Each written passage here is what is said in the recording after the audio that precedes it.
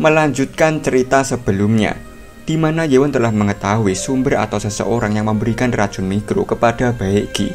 Baekgi yang merasakan aura yang dipancarkan Yewon langsung merinding dan bertanya-tanya dalam hati, apa-apaan aura haus darah yang intens ini? Di tengah ketegangannya, tiba-tiba Dokter Baek bertanya, kenapa kau tidak beristirahat di sini hari ini? Mendengar saran itu, Baekgi terkejut. Dokter Baek melanjutkan penjelasannya, jika kau kembali ke asrama, mereka hanya akan meracunimu lagi. Tatapan Dokter Baek berubah tajam dan penuh intimidasi, lalu bertanya, kau tidak berencana membalas dendam sekarang kan? Kau bahkan mengalami cedera kaki. Baekgi yang niatnya terbaca oleh Dokter Baek langsung mandi keringat dingin, lalu menjawab gugup, saya tidak berniat begitu, Pak. Sebelum pergi meninggalkan ruang perawatan, Yewon memberi nasihat kepada Baekgi. Membersihkan racun harus menjadi prioritas utama. Jadi, istirahatlah seperti yang diperintahkan dokter. Kau bisa menyerahkan Cheon Jong-sum kepadaku. Mendengar hal itu, Dokter Baek bertanya kepada Yewon, apa yang kau rencanakan? Yewon menjawab singkat, kurasa kita perlu membicarakan ini. Dokter Baek hanya bisa bergumam dalam hati, omong kosong. Saat hendak meninggalkan asrama, tiba-tiba Yewon dikejutkan oleh suara telepati yang masuk ke kepalanya. Hei bajingan rendahan, kau akan menemukan pria yang kau cari di hutan dekat asrama kelima. Yewon menoleh ke salah satu kamar dan menjawab asal suara itu, jika yang kau katakan benar, aku akan membiarkan dia mendapat tempat di sebelahmu. Dokter Baek dan Baekgi hanya bisa saling pandang, bingung melihat Yewon berbicara dengan seseorang yang tak terlihat. Dari balik kamarnya, Cheon Mukem tersenyum licik dan bergumam, kuharap kau dan bajingan gila dari klan Poison itu saling bertarung sampai mati. Sebenarnya, aku lebih mengharapkan dirimu yang mati. Sementara itu, di hutan yang tidak jauh dari asrama kelima, Cheon Jong-sum berdiri dengan ekspresi puas sambil mengamati sekelilingnya. Ia berkata, karena instruktur tinggal di asrama kelima, benar-benar tidak ada orang lain di sekitar sini. Ini tempat yang sempurna untuk mengumpulkan tanaman beracun. Sambil mengeluarkan energi internal di tangannya, ia bergumam, berkat bola naga hitam, aku sekarang memiliki energi internal seorang ahli pemula. Jika aku bekerja keras hanya beberapa hari lagi, aku akan mencapai tingkat kelima Poison of Destruction. Sampai level 4, semua masih teknik dasar. Tapi mulai level 5, kekuatannya menjadi lebih mematikan berkat teknik racun. Bahkan tanpa menggunakan racun mikro, aku akan membuat Baekgi yang sombong itu berlutut di depanku. Hehehehe, aku akan membunuhmu dengan tanganku sendiri sebelum racun mikro melakukannya. Saat tengah larut dalam kebahagiaan, membayangkan rencananya berjalan lancar, tiba-tiba, suara seseorang terdengar dari belakangnya. Apa yang membuatmu sangat bahagia? Jong-sum tersentak. Seketika ia berbalik dengan ekspresi panik dan berteriak, siapa di sana? Jantungnya berdegup kencang. Suara itu bukan milik seorang instruktur bela diri. Dalam hatinya, ia bergumam, itu bukan suara instruktur, tapi aku tidak bisa melihat siapapun karena lampionnya terlalu redup. Dari balik kegelapan, seseorang perlahan melangkah maju. Yewon muncul dengan tatapan tajam dan berkata, apa kau merasa senang setelah bermain dengan racun mikro? Mata Jong-sum membelalak. Ia mengenali sosok itu dan spontan bertanya, kau, apa yang bajingan sepertimu lakukan di sini? Namun, setelah mencerna ucapan Yewon, tubuhnya seketika menegang. Tunggu, dia baru saja mengatakan racun mikro. Apa aku salah dengar? Suasana menjadi semakin mencekam saat Yewon melanjutkan, bintik merah di leher Baekgi. Apa kau benar-benar mengira aku tidak akan memahaminya? Jong-sum semakin gelisah. Dengan ekspresi tegang, ia bertanya, apa? Bagaimana kau bisa tahu? Namun, tiba-tiba ekspresinya berubah. Wajah yang semula tegang, kini menjadi datar. Lalu perlahan, ia menyeringai gila. Oh, hehehe, betul sekali. Hehehe, benar. Jadi begitu caramu mengetahuinya. Sekarang telah kau menyebutkannya, ibumu yang kotor juga. Prawok! Sebelum Jong-sum menyelesaikan hinaannya, Yewon melesat dalam sekejap dan melepaskan pukulan telak ke wajahnya. Tubuh Jong-sum terpental keras, ia terhempas ke udara, berputar tanpa kendali, lalu menghantam tanah dan berguling-guling tak berdaya, hingga akhirnya membentur dinding dengan suara menggelegar. Darah segar menyembur dari mulutnya, matanya membelalak putih, hampir kehilangan kesadaran akibat rasa sakit yang luar biasa. Di tengah malam yang sunyi, jeritan kesakitannya menggema, memecah keheningan hutan. Setelah memuntahkan cukup banyak darah, Jongsum terduduk lemas, bersandar pada dinding dengan tubuh yang lunglai. Dalam kepalanya yang pening, hanya satu pertanyaan berulang kali terngiang. Apa yang baru saja terjadi? Langkah kaki terdengar mendekat. Yewon berjalan perlahan, matanya dipenuhi dendam yang membara. Dengan suara dingin, ia menatap lurus ke arah Jongsum dan berkata, "Jangan jadi pengecut, kita baru saja mulai." Melihat Yewon mendekat dengan niat membunuh, Jongsum merasakan ketakutan yang belum pernah ia alami sebelumnya. Tubuhnya membeku, keringat dingin membasahi punggungnya. Bajingan ini, apa dia benar-benar berniat membunuhku? Tidak mungkin, itu melanggar peraturan Demonic Academy. Dia hanya menggertak. Tapi, tubuhku tidak mau bergerak. Sialan, bergeraklah! Namun, tubuhnya tetap tak mau menuruti kehendaknya. Kini Yewon sudah berdiri tepat di hadapannya. Dengan tatapan dingin dan penuh kebencian, ia berkata, "Kau melakukan sesuatu yang seharusnya tidak pernah kau lakukan. Apa kau tahu apa yang telah kau perbuat?" Jongsum hanya bisa mendengar. Tubuhnya masih terkulai lemas, berharap tubuhnya segera bisa mendengar perintah otaknya. Tangan kiri Yewon perlahan terangkat, kepalan tangannya terkencang. "Kau menghina ibuku dengan mulutmu yang kotor." Namun, di saat Yewon hendak mengayunkan pukulannya, tiba-tiba tubuh Jongsum bisa bergerak kembali. Dengan refleks cepat, ia meluncurkan pukulan sembari berteriak, "Dasar bajingan!" Pukulan itu mengenai Yewon. Sejenak Jongsum tersenyum kegirangan.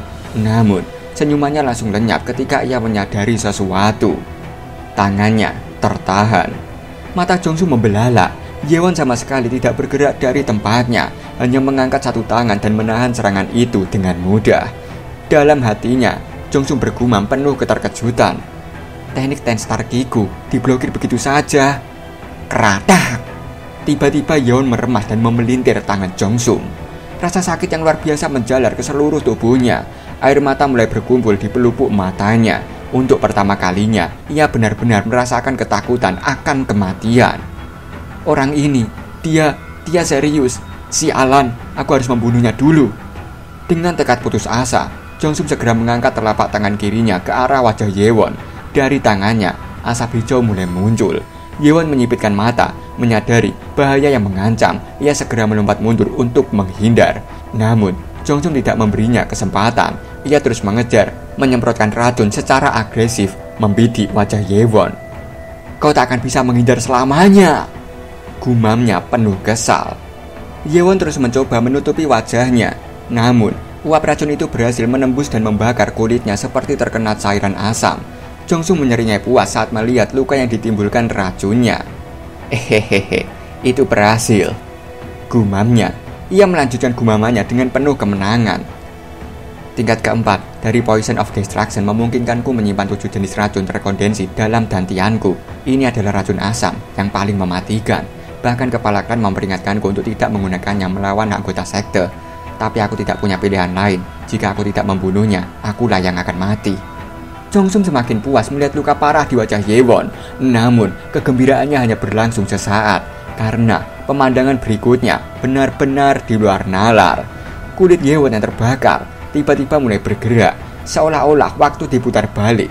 Kulitnya yang hancur itu perlahan kembali seperti semula. Di dalam kepala Yewon, sebuah suara mekanis berbicara. "Racun asam kuat telah terdeteksi di wajah dan tangan pengguna. Mode pertahanan darurat diaktifkan, menetralkan racun dan memulihkan jaringan yang rusak." Jongsum terpana. Ia tidak bisa berkata apa-apa selain terengah-engah ketakutan. Apa yang baru saja kulihat? Tidak hanya racunnya ternetralisir, kulitnya juga pulih. Ini mustahil, bahkan bagi seorang ahli bela diri sekalipun. Tubuhnya melemas, lututnya gemetar hebat sebelum akhirnya terjatuh terduduk di tanah. Ia menatap Yewon dengan mata yang dipenuhi ketakutan.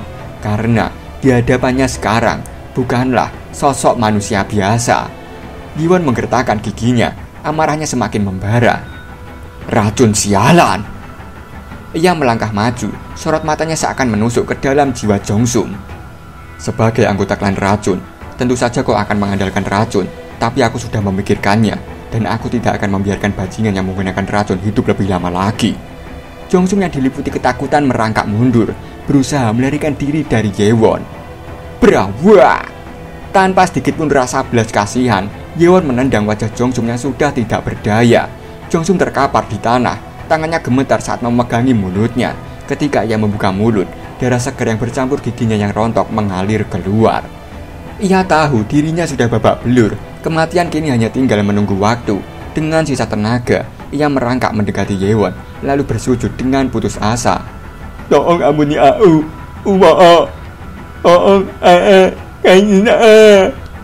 Namun kata-kata itu keluar dengan suara yang tak jelas, terputus-putus karena rahangnya hancur. Yewon hanya menatapnya tanpa ekspresi. Kemudian dengan tangan yang kuat, ia mencengkram pundak Jongsum dengan erat, lalu berkata ke wajahnya, "Kau ingin hidup? Kau ingin aku mengampunimu?" Jongsum hanya bisa mengangguk dengan panik. Wajahnya pusat pasi melihat ekspresi Yewon yang tak menunjukkan sedikit pun belas kasihan. Yewon menatapnya, mata tajamnya penuh dengan intimidasi, seolah menegaskan satu hal, tidak ada ampun. Kau membuat ibuku mati dalam penderitaan yang luar biasa. Namun sekarang, kau punya keberanian untuk meminta belas kasihan. Jongsum terengah-engah, tubuhnya bergetar hebat. Dalam hatinya, ia berteriak, Aku tamat, aku benar-benar akan mati. Bajingan ini tak akan pernah memaafkanku. Namun, saat ia hendak berteriak, tiba-tiba, sawatah! Dalam sekejap, Yewon menotok lehernya. Jongsum membuka mulutnya, tapi tidak ada suara yang keluar. Ia berusaha berteriak sekuat tenaga, namun tak ada satupun kata yang bisa ia ucapkan. Yewon, yang kini berdiri di hadapannya, berkata, "Apa kau mencoba berteriak minta tolong karena asrama instruktur ada di dekat sini? Apa kau pikir aku hanya akan melihatmu melakukan itu? Dasar bodoh." Kemudian, keradak! Yewon menginjak tangan Jongsum dengan kasar. Jongsum menggeliat kesakitan, wajahnya penuh penderitaan. Yewon menggilas-gilas tangan Jongsum. Yewon berkata, "Tangan ini yang kau gunakan untuk menyemprotkan racun ke wajahku, bukan?"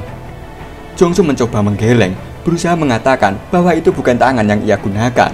Nano yang cepu memberitahu Yewon. Setelah menganalisis pengucapan dan gerakan bibirnya, kemungkinan besar dia berkata, "Tidak, bukan tangan ini."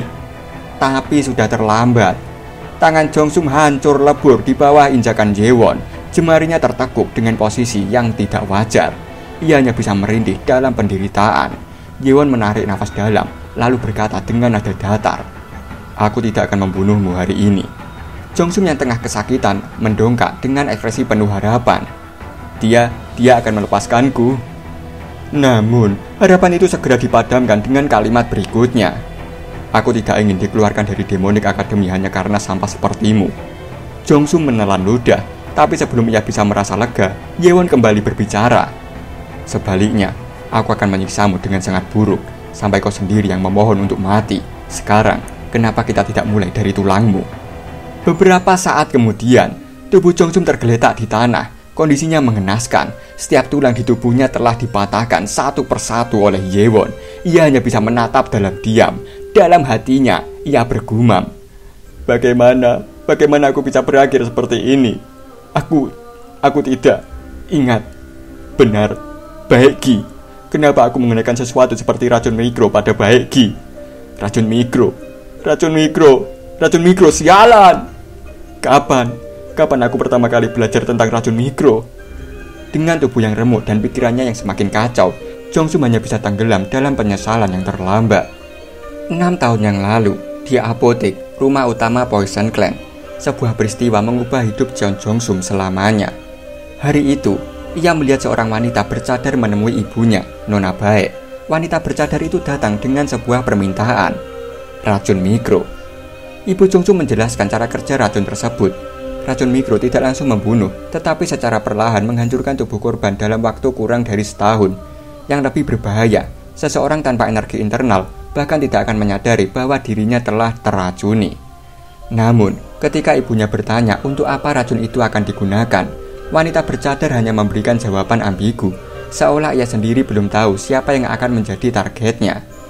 Kurang dari setahun setelah pertemuan itu, kabar kematian istri ketujuh Sang Lord, Nonawa, menyebar ke seluruh kultus demonik. Ibu Jongsum yang telah lama membenci Nonawa sempat merasa gembira dengan berita itu. Tapi kebahagiaan itu tak bertahan lama. Penyelidikan mengungkap bahwa penyebab kematian Nonawa adalah racun mikro. Amarah Sang Lord pun meledak. Poison Clan yang berada di ambang kehancuran, namun mereka berhasil menghindari murka Sang Lord berkat pembelaan dari Demonic Doctor yang menyatakan bahwa racun mikro tidak eksklusif milik Poison Clan. Tapi tak lama setelahnya, juru masak yang biasa menyiapkan makanan untuk Nonawa ditemukan tewas bunuh diri. Kasus ini pun menemui jalan buntu. Pelaku sebenarnya tak pernah ditemukan. Satu-satunya petunjuk yang tersisa adalah hubungan juru masak itu dengan wanita bercadar. Namun, hingga kini, identitasnya masih menjadi misteri. Dampak dari kejadian itu menghancurkan Poison Clan. Kakek Jongsum, kepala Poison Clan sekaligus salah satu dari 6 ketua dewan, kehilangan posisinya.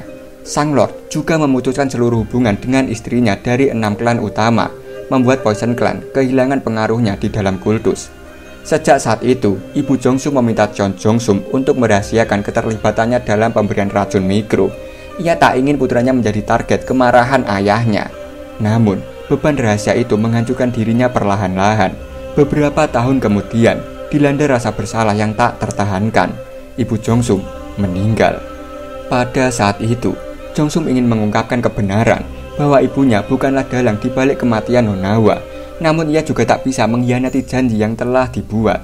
Di hari kematian ibunya, Jongsum bersumpah ia akan menjadi Lord, penguasa tertinggi dalam kultus Heavenly Demonic. Ia akan menemukan pelaku sebenarnya dan menghancurkan seluruh klannya untuk membalaskan dendam ibunya. Namun, di balik ambisinya, ada kebencian yang ia simpan terhadap Nonawa. Baginya, wanita itu adalah akar dari semua penderitaan ibunya. Dengan dendam yang membara, ia bersumpah akan membunuh putra Nonawa, Cheon Yewon, dengan tangannya sendiri. Namun, kini, di waktu yang sekarang, Cheon Jongsum yang tak berdaya hanya bisa meminta maaf dalam hati kepada ibunya. Tidak peduli seberapa keras ia berlatih, seberapa kuat ia berusaha, satu kenyataan tak terbantahkan menghantam dirinya.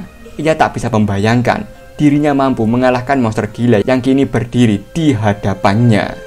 Yewon menatap Jongsum dengan dingin dan berkata, "Jika kau tetap di Demonic Academy, cepat atau lambat, kau pasti akan menggunakan racunmu untuk melawan kadet lain juga. Karena aku tidak bisa membunuhmu, aku hanya akan menghancurkan dantianmu." Jongsum tampak kesulitan berbicara, rahangnya hancur dan tubuhnya tertotok oleh teknik Yewon, membuatnya nyaris tak bisa mengeluarkan suara. Namun, matanya penuh keinginan untuk mengatakan sesuatu. Yewon memperhatikannya sesaat, lalu berpikir dalam hati, "Apa ini? Bahkan setelah aku mengaktifkan paralis G pressure point, dia masih berjuang seperti ini. Apa dia ingin mengatakan sesuatu? Mungkin lebih baik aku melepaskan mute G pressure point." Dengan satu totokan ke leher Jongsum, Yewon melepaskan efek mute-nya. Namun meski tekanan itu telah dihilangkan, Jongsum masih tak bisa berbicara dengan jelas karena rahangnya yang hancur. Yewon tidak kehabisan akal. Ia segera memerintahkan Nano untuk menganalisis pergerakan mulut Jongsum dan menerjemahkannya. "Bukan klan racun yang membunuh ibumu." Mata Yewon membelalak dan bertanya, Apa yang kau katakan?" Jongsum berkata, "Salah satu wanita dari 5 klan lainnya adalah pelaku sebenarnya yang membunuh ibumu. Jadi tolong, jangan hancurkan dantianku." Saat ia mencoba berbicara lebih jauh tentang ibunya, kata-katanya terhenti, rahangnya mengatup rapat, dan sorot matanya berubah ragu. Dalam hatinya, ia mengutuk dirinya sendiri. "Sial, jika aku mengungkap semuanya, aku akan membongkar bahwa ibuku sendiri yang memberikan racun mikro kepada wanita sialan itu." Melihat perubahan ekspresi Jongsum yang tiba-tiba terdiam, Yewon segera menyadari ada sesuatu yang disembunyikan. Dia menyembunyikan sesuatu, gumamnya. Tak ingin kehilangan kesempatan, Yewon memerintahkan Nano untuk menganalisis ekspresi Jongsum. "Apa kau yakin pelakunya berasal dari salah satu 5 klan lainnya?" tanyanya dengan tajam. Jongsum mengangguk cepat. Nano segera memberikan hasil analisisnya. "Tidak ada perbedaan mencolok pada otot wajahnya. Kemungkinan dia berbohong kurang dari 5%. Yewon yang mendengar informasi itu, hatinya masih penuh keraguan. "Tapi aku yakin pelakunya adalah klan racun. Apa aku baru saja melampiaskan amarahku pada seseorang yang tidak bersalah?" Ia bertanya sekali lagi. "Kalau begitu, klan racun. Tidak, apa ibumu benar-benar tidak ada hubungannya dengan kematian ibuku?" Jongsum tetap diam. Nano segera menganalisis wajahnya dan melaporkan, "Ada perubahan pupil dan otot wajahnya. Kemungkinan dia berbohong adalah 75%. Sekejap saja, amarah Yewon kembali membara. "Seperti yang kupikirkan," ucap Jongsum. "Diam!" Tanpa ragu, Yewon mengalirkan energi internalnya dan menyerang perut Cheon Jongsum, langsung menghancurkan dantiannya. Darah muncrat dari mulut Jongsum, tubuhnya bergetar hebat, Energi internalnya menyebar ke seluruh tubuh, menandakan kehancuran total dantiannya, dan ia berakhir dengan sekarat tidak sadarkan diri. Kini kita beralih di ruang perawatan. Terlihat Dokter Baik tengah bersantai, tapi tiba-tiba firasat buruk menghampirinya. Hah, aku punya firasat buruk. Haruskah aku menyiapkan beberapa penawar? Berawak! Sebelum sempat berpikir lebih jauh, pintu ruangannya terdobrak keras. Cheon Yewon menerobos masuk dengan tergesa-gesa, membopong tubuh yang berlumuran darah. Dokter, tolong lakukan sesuatu padanya, serunya panik. Dokter menatap Jongsum yang sekarat dengan ekspresi terkejut, lalu meminta penjelasan dengan nada tinggi. Apa yang kau lakukan sampai dia berakhir seperti ini? Cheon Yewon, jelaskan. Terlihat Baekgi dan Mukem terkejut mendengar keributan itu. Mukem yang menyaksikannya hanya bisa bergumam tak percaya. Apa? Ini bajingan gila ini, dia benar-benar membawanya ke sini. Singkat cerita, Dokter Baik memeriksa nadi Cheon Jongsum dan sangat terkejut. Ya ampun, dantiannya telah dihancurkan. Poison of Destruction adalah seni bela diri racun terbaik dari klan racun. Energi internal yang ditahan di dantian bawah sangat penting untuk membentuk dan memelihara racun di dantian tengah. Pengurangan dantian bawah menyebabkan racun mengamuk di dalam tubuhnya. Aku mungkin bukan seniman bela diri, tapi aku tahu betapa mereka menghargai dantian mereka. Aku tahu sesuatu terjadi, tapi ketika Dokter Baik menusukkan jarum akupuntur, asap racun menyembur dari titik jarum. Bagaimana bisa darahnya tercemar seperti ini? Dia masih hidup meskipun racun busuk itu mengalir melalui nadinya. Apa dia memiliki ketahanan yang tinggi karena telah mempelajari seni bela diri racun? Dia bertahan entah bagaimana, tapi jika terus begini, dia akan segera mati. Apa yang dapat aku lakukan? Dokter Baik menepuk kepalanya. Oh iya, aku punya itu. Ia segera bergegas mengambil obat penawar racun yang diberikan oleh gurunya. Setelah mendapatkannya, ia langsung memberikannya kepada Jongsum. Kau akan merasa seperti sekarat, tapi jika kau ingin hidup, telanlah obat ini. Yewon bergumam dalam hati. Sial, aku tidak bisa membiarkan dia mati seperti ini. Nano, apa kau tidak bisa masuk ke dalam tubuh Cheon Jongsum dan menyembuhkannya? Nano menjawab, bertentangan dengan aturan sistem. DNA pengguna telah terdaftar, jadi saya tidak dapat ditransfer ke orang lain atau dikeluarkan dari tubuh Anda. Yewon menanggapi, baiklah, mau bagaimana lagi? Ini menjadi semakin sulit. Yewon menatap darah di bajunya, lalu bertanya ke Nano. Nano, apa kau bisa menganalisis racun dari darah ini? Nano menjawab, itu mungkin, tolong letakkan jari Anda pada substansi yang Anda ingin analisis. Seperti ini?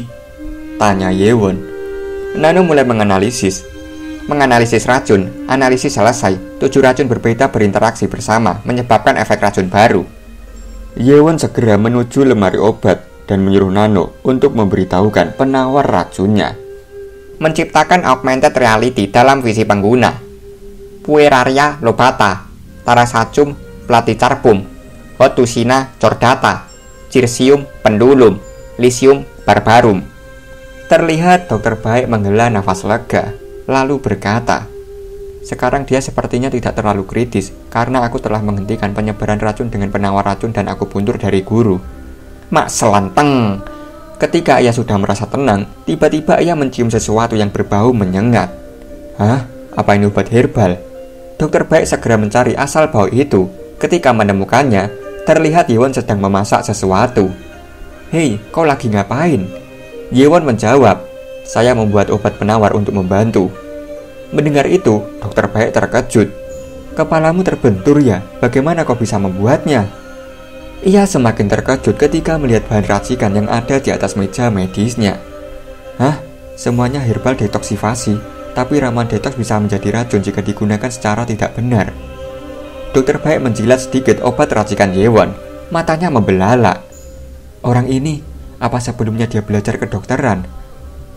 Kau telah membuat obat yang tepat, tapi kau perlu mengetahui racunnya sebelumnya.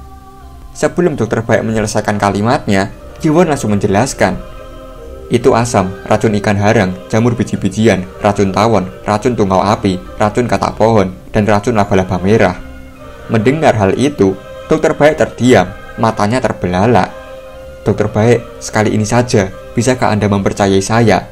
Dokter Baik hanya bisa menurut, dan segera meminumkan racikan Yewon ke Jongsum. Setelahnya, ia menghela nafas dan berkata, "Melihat bagaimana dia menelan semua penawarnya, dia masih ingin hidup. Kita telah melakukan semua yang kita bisa. Sekarang kita hanya perlu mencegah racun menyebar lebih jauh dengan akupuntur." Dokter baik menatap Yewon, lalu berkata, "Kau menggabungkan bahan-bahan dengan benar, tapi jangan bertindak sendirian lagi." Yewon menanggapi, "Saya minta maaf karena telah merepotkan." Dokter baik berkata ke Yewon, "Apakah kau benar-benar harus menghancurkan dantiannya? Aku mengerti kalau demonik akademik didasarkan pada siapa yang kuat, dia yang bertahan. Tapi ini sepertinya terlalu berlebihan. Direktur akademi, belum lagi klan racun tidak akan mentolerir ini. Apa yang akan kau lakukan tentang itu?" Yewon hanya bisa merenungi perkataan dokter baik sebelum akhirnya menjawab, "Terima kasih atas perhatian Anda. Sayalah yang menyebabkan kekacauan ini, jadi saya akan menyelesaikannya." Dokter baik terdiam sejenak, lalu bergumam dalam hati, "Dia masih muda.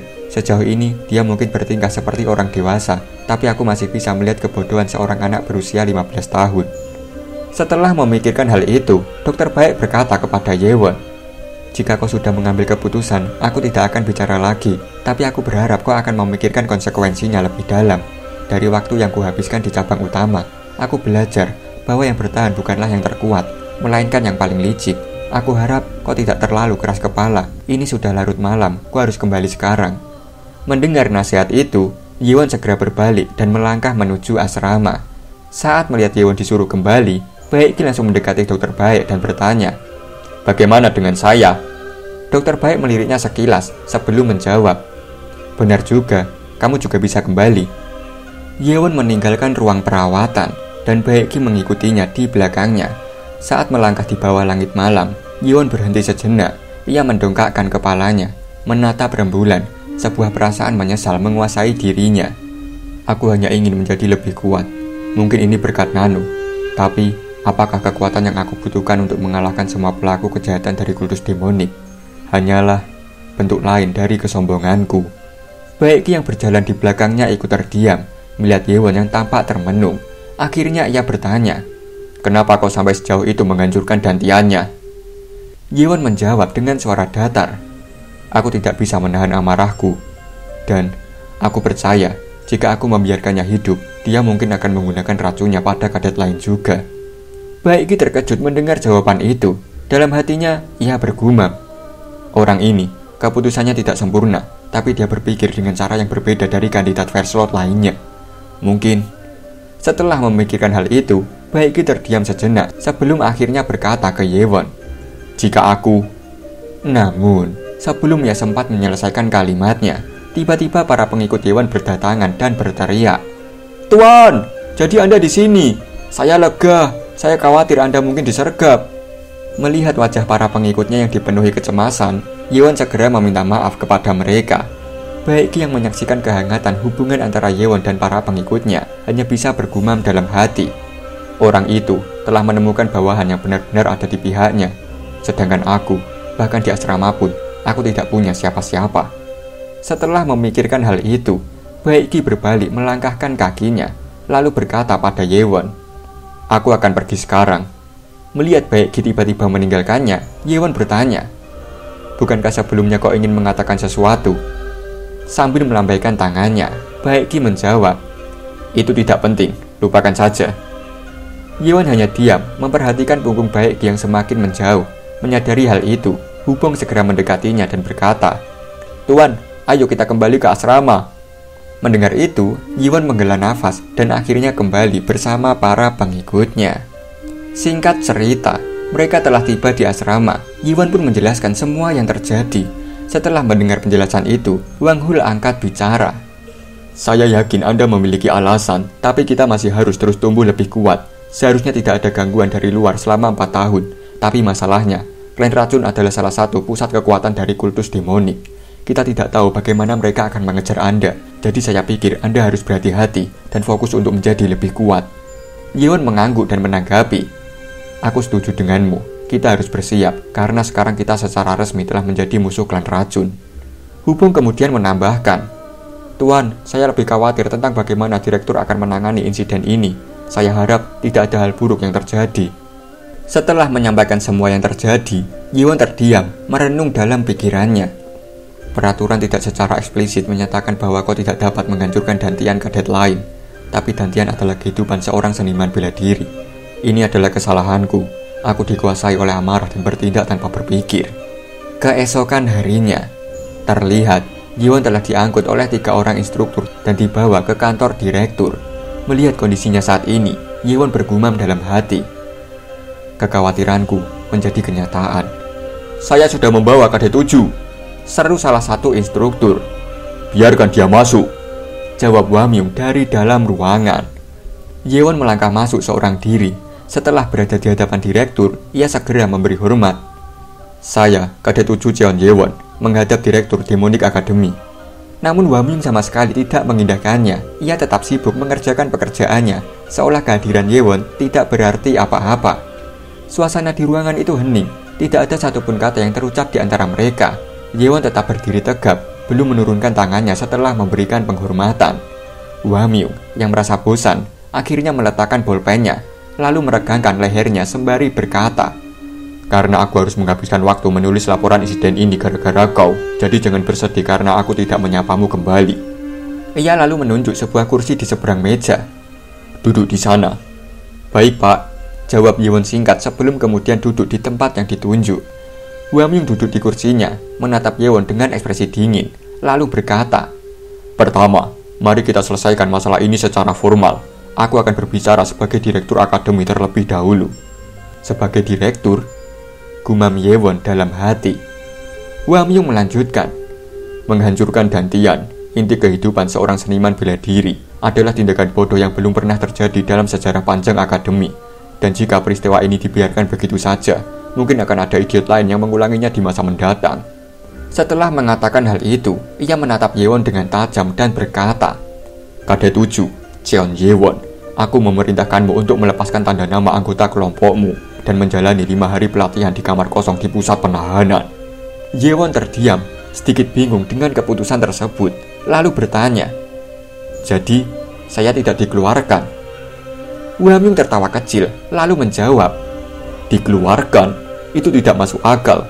Di Demonic Academy dikeluarkan hanya terjadi jika kau gagal dalam ujian, atau jika kau membunuh kadet lain di luar duel resmi. Mendengar hal itu, Yewon menghela nafas dalam-dalam, lalu bergumam dalam hati, aku telah menghindari skenario terburuk.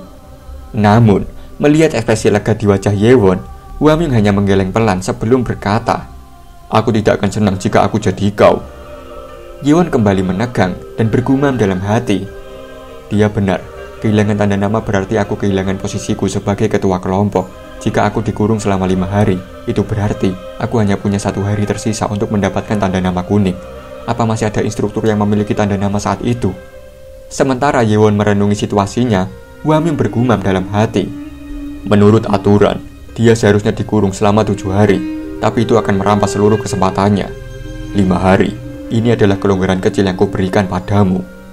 Tiba-tiba, tekanan luar biasa memenuhi ruangan. Aura kuat dan pekat meledak dari tubuh Wamyung, menyelimuti udara dengan intimidasi yang menyesakan. Yewon tersentak, keringat dingin mengalir di pelipisnya. Sungguh aura yang luar biasa. Aku bahkan tidak bisa memahami kekuatannya dengan kemampuanku. Wamyung kembali menatapnya, kini dengan sorot mata penuh tekanan. Kini, mari kita bahas kebodohanmu, bukan sebagai direktur akademi, tapi sebagai senior di dalam kultus demoni. Aku telah memblokir semua suara dari luar dengan auraku. Akan merepotkan jika percakapan ini bocor. Cheon Yewon. Yewon menelan ludah, lalu menjawab, iya pak. Ia bahkan tidak berani menatap wajah Wamyung secara langsung. Wamyung melanjutkan perkataannya, aku memiliki harapan besar untukmu, namun kau melakukan sesuatu yang bahkan tidak akan dilakukan oleh orang rendahan. Aku sangat kecewa. Yewon menundukkan kepala dan menjawab, maaf, saya sangat menyesal. Namun Wamyung hanya mendengus ini sebelum berkata, maaf Dokmui, apa itu yang terbaik yang bisa kau lakukan? Kau bisa membuat kekacauan tapi kau tidak bisa membersihkannya. Maaf pak, ucap Yewon. Tanpa memberi jeda, Wamyung terus menghujani dengan kemarahan. Kau mengira kalau Chen Jongsu memiliki hubungan dengan pembunuh ibumu karena racun mikro, jadi kau menghancurkan Dantiannya sebagai balas dendam. Tapi kemudian kau khawatir dia akan mati, jadi kau membawanya ke ruang perawatan karena kau tidak ingin dikeluarkan. Jika kau ingin melakukannya, Lakukan dengan benar, dasar idiot. Kenapa kau membiarkan seseorang yang akan balas dendam tetap hidup? Menjadi ceroboh hanya menghasilkan kematian. Apa yang baru saja kau lakukan adalah menempatkan target di punggungmu sendiri. Jika kau ingin bertahan hidup, jadilah licik. Jangan hanya berpikir 1 langkah ke depan. Pikirkan setidaknya 3 hingga 4 langkah ke depan. Yewon cukup terkejut mendengar perkataan Hwamyung. Ia bergumam dalam hati. Dokter baik memberiku nasihat yang serupa, tapi direktur hanya seperti sedang memarahiku. Direktur menjelaskan kepadaku bagaimana aku terburu-buru dan kurang bijaksana dalam mengambil tindakan. Hwamyung lalu menatapnya tajam dan bertanya, "Untuk alasan apa kau bergabung dengan Demonic Academy?" Mendapat pertanyaan tersebut, tatapan Yewon tiba-tiba dipenuhi tekad. Ia menjawab dengan suara mantap, "Menjadi lebih kuat dari orang lain." Hwamyung menghela nafas sebelum berkata, "Apa kemarahan dan balas dendam menjadi alasan keberadaanmu dan mendorongmu untuk menjadi lebih kuat? Pertama-tama, kau adalah calon Vice Lord. Sebagai calon Vice Lord, apa kau benar-benar berencana membiarkan kemarahan dan balas dendam memutuskan segalanya sampai kau mencapai tujuanmu? Emosimu saat ini tidak akan membakar 1 pohon, tapi seluruh hutan. Dan pada akhirnya, kau juga tidak lebih dari sekedar abu. Apa kau mengerti apa yang aku katakan?" Yewon bergumam dalam hati. Kata-katanya masuk akal. Apakah aku benar-benar hanya membiarkan amarah mengendalikan segalanya? Sedikit ragu, ia menjawab perkataan Hwamyung. "Saya rasa saya mengerti, Pak." Mendengar jawaban Yewon, Hwamyung menjadi kesal dan berkata, "Apa maksudmu saya rasa? Kau akan beruntung jika kau dan orang-orang di sekitarmu tidak menemui akhir yang tragis akibat kenekatanmu." Hwamyung beranjak dari kursinya, menatap Yewon dengan tajam sebelum berkata, "Kadet Uju." "Tidak, Cheon Yewon. Jika kau benar-benar ingin menjadi masa depan kultus, jadilah berhati panas, tapi berkepala dingin. Jika kau tidak bisa melakukan itu, kau akan dihancurkan sebelum balas dendammu membuahkan hasil." Yewon terdiam, merenungkan setiap perkataan Hwamyung, lalu berkata dalam hati, "Direktur benar, aku hanya memikirkan balas dendam. Akhir dari itu akan memusnahkan 6 klan yang bertanggung jawab atas kematian ibuku. Tapi bagaimana setelah itu? Balas dendam seharusnya menjadi bagian dari perjalananku, bukan tujuan akhirku. Yang kurang dariku adalah rasionalitas." Melihat Yewon yang larut dalam pikirannya, Hwamyung bergumam dalam hati, "Dia tidak sebodoh itu hingga tak bisa berpikir logis. Jika dia memahami kekuatannya dan menggunakannya dengan bijak, monster terbesar dalam sejarah kultus Heavenly Demonic mungkin akan terlahir. Dan fondasinya akan dibangun berdasarkan nasihat berhargaku, bukan omong kosong dari pemabuk tak berguna itu." Gumamnya sambil tersenyum licik. Tanpa ragu, Yewon melepaskan tanda namanya yang berwarna kuning dan menyerahkannya pada Hwamyung. Ia kemudian memberikan hormat dengan penuh penghormatan dan berkata, "Terima kasih Direktur, saya akan mengingat nasihat Anda." Hwamyung memberi isyarat kepada para instruktur untuk masuk, lalu berkata kepada mereka, "Sekarang bawa orang ini ke pusat penahanan." "Baik, Pak," jawab para instruktur serempak. Namun sebelum mereka membawanya pergi, Yewon menatap Hwamyung dan berkata, "Direktur, bisakah Anda memberi saya waktu sejenak sebelum pergi ke pusat penahanan?" Hwamyung menjawab tanpa ragu, "Tidak." Yewon segera menanggapi, "Setidaknya biarkan saya menjelaskannya kepada anggota grup saya." Hwamyung menatapnya dingin sebelum berkata, "Hukumanmu akan diumumkan ke publik, dan kupikir yang kau maksud adalah mantan anggota grupmu. Mereka hanya kadet biasa sekarang." Mendengar hal tersebut, Yewon cukup kesal dan bergumam dalam hati, "Jadi dia ingin mengajariku tentang konsekuensi dari tindakanku yang bodoh. Sial." Singkat cerita, sebuah papan pengumuman mengenai keributan yang dibuat Yewon telah dipasang di halaman utama Demonic Academy. Pengumuman itu berbunyi, "Kadet 7 telah menghancurkan Dantian Kadet 4, menghilangkan seni bela diri dari seorang individu berbakat. Sebagai konsekuensinya, ia telah dibebas tugaskan dari posisinya sebagai ketua grup dan akan menjalani pelatihan kamar kosong selama 5 hari di pusat penahanan. Semoga kejadian ini menjadi peringatan bagi kadet lain bahwa akademi tidak akan mentolerir tindakan penghancuran Dantian rekan sesama kadet." Membaca pengumuman itu, para kadet mulai menganggap Yewon sebagai pria gila psikopat. Di sisi lain, Cheon Yu-chan yang juga melihat pengumuman itu malah tertawa terbahak-bahak dan berkata, "Orang ini benar-benar gila ya. Bagaimana dia bisa kepikiran untuk menghancurkan Dantian seseorang?" Setelah puas tertawa, Yu-chan menyeringai dan bergumam dalam hati, "Aku sempat khawatir tentang persaingan 3 arah, tapi sepertinya itu sudah terselesaikan sejak dia dikeluarkan." Kyung-won yang juga mengetahui hal itu tersenyum dan bergumam, "Betapa beruntungnya." Sementara itu, Muyan hanya menatap reaksi para calon first slot lainnya dengan ekspresi dingin. Kini kita beralih ke para pengikut Yewon yang tengah merasa kehilangan tuannya. Wang Hul memejamkan mata sejenak dan berpikir, "Semua orang terkejut seperti yang sudah kuduga, tapi kita punya urusan yang lebih penting untuk ditangani. Saat Tuan kembali, dia hanya punya 1 hari tersisa. Apa masih ada tanda nama kuning yang tersisa? Jika tidak ada, alih-alih mendapatkannya dari seorang instruktur, dia mungkin harus merebut tanda dari kelompok lain." Di saat mereka masih kebingungan, Baekgi tiba-tiba datang dan menyapa. "Hai semuanya." Wang Hul terkejut melihatnya dan spontan berkata, "Baekgi?" Keesokan harinya, tepat pukul 10 malam di pusat pertahanan dalam ruangan pelatihan kamar kosong.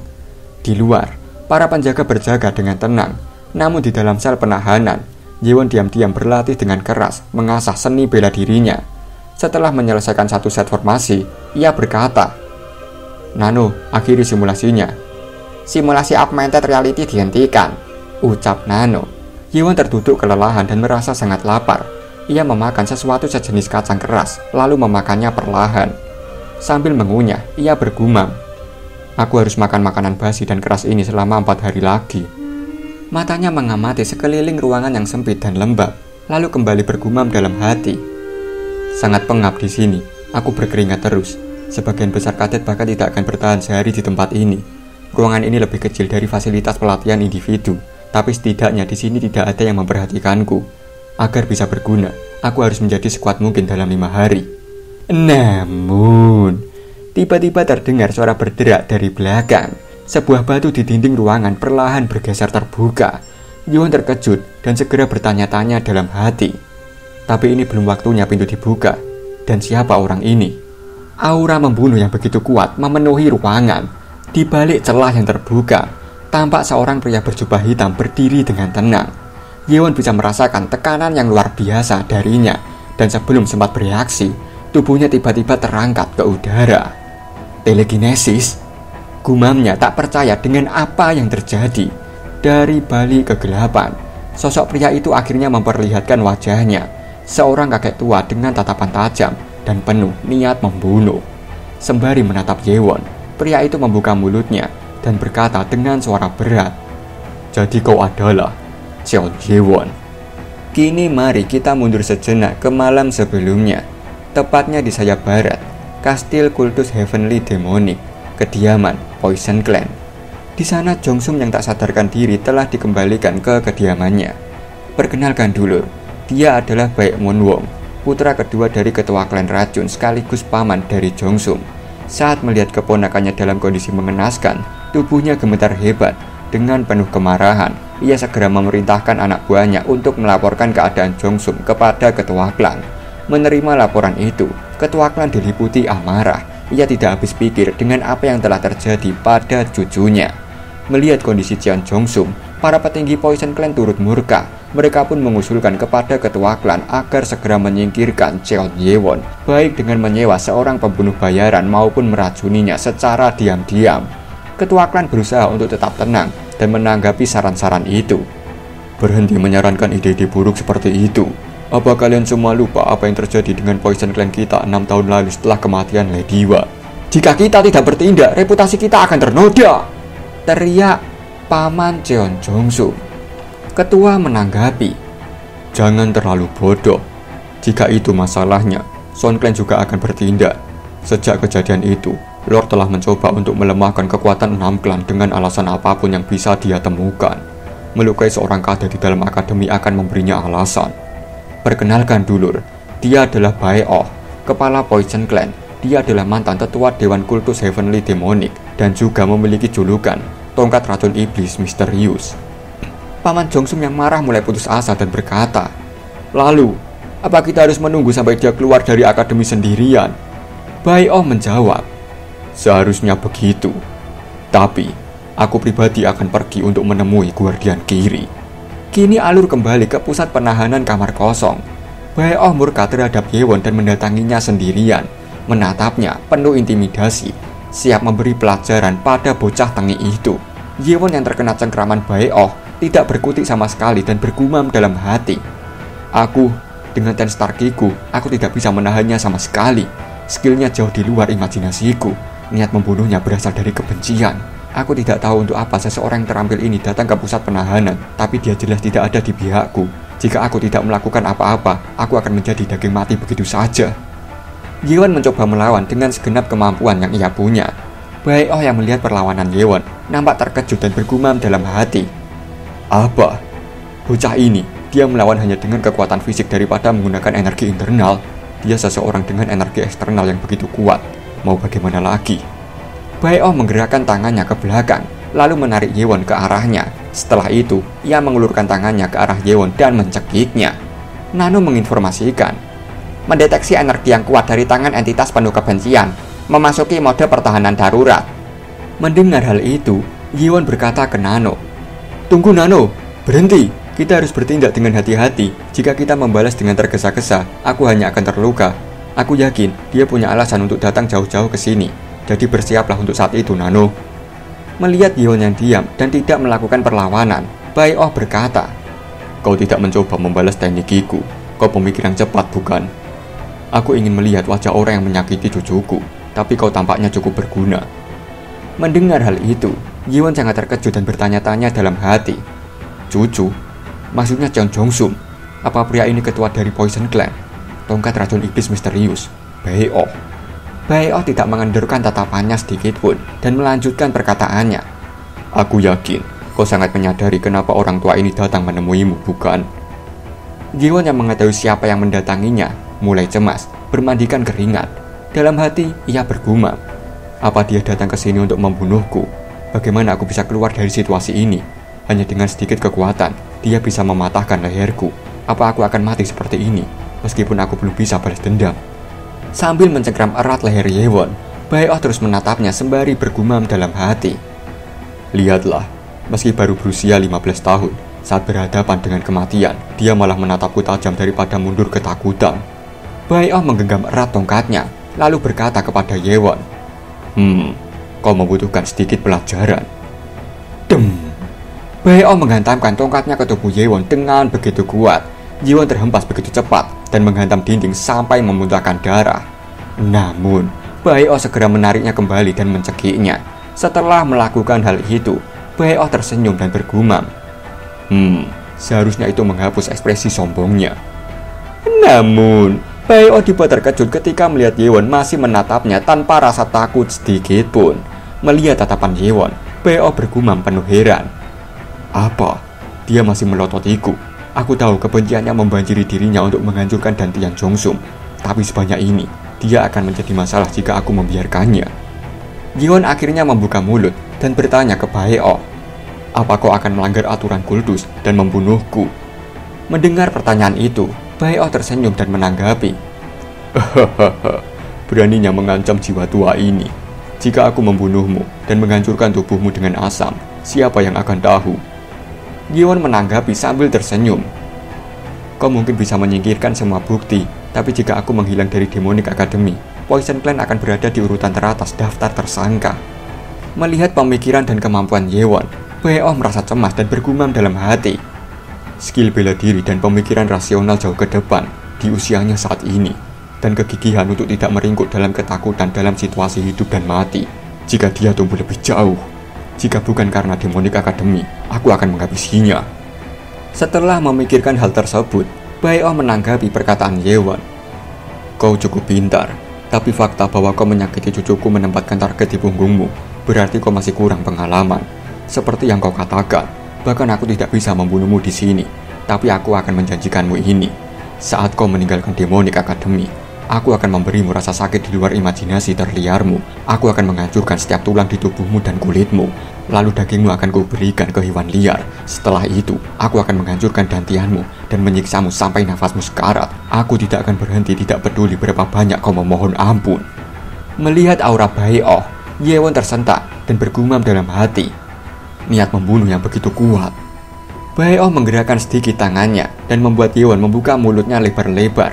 Bae-oh mengambil sesuatu dari tangannya sembari berkata dalam pikiran Yewon, "Sayang sekali jika aku pergi begitu saja, jadi aku akan meninggalkanmu dengan hadiah kecil."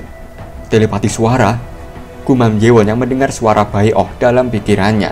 Bae-oh memasukkan sesuatu itu ke mulut Yewon dengan paksa sembari melanjutkan perkataannya.